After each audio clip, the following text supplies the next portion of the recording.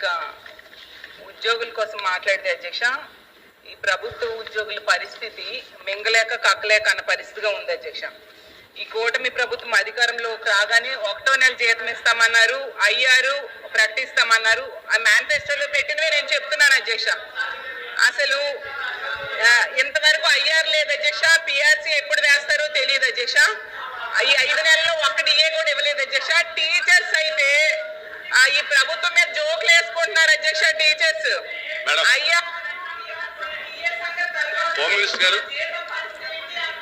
అధ్యక్ష, ఒక విషయం ఏంటంటే ఈ సభలో ప్రభుత్వ ఉద్యోగస్తుల గురించి మాట్లాడడం అనేది నిజంగా చాలా మంచి పరిణామం కింద భావించాలి.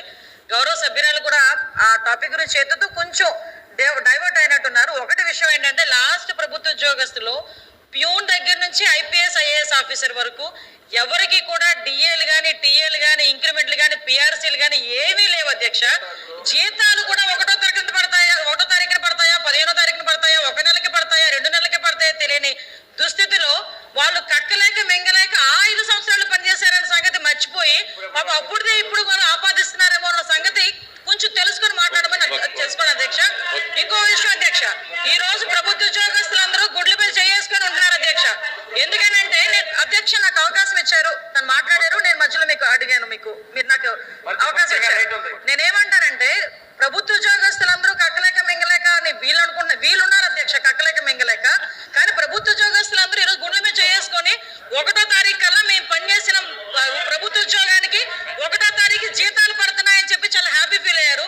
ఈ రోజుకి కూడా అన్ని డిపార్ట్మెంట్ లోని డిఏలు కూడా మేము ఇచ్చున్నాము. వీళ్ళు ఏంటంటే వీళ్ళ అత్యాశ ఏంటంటే వీళ్ళు 5 సంవత్సరాలు కనీసం డిఏలు కూడా ఇవ్వలేదు. ఈ 5 నెలలకి వీళ్ళు పిఆర్సీలు అడుగుతా ఉంటే నవ్వు వస్తుంది అధ్యక్ష. ఆ విషయాన్ని సభ దృష్టికి తీసుకొస్తున్నాను అధ్యక్ష.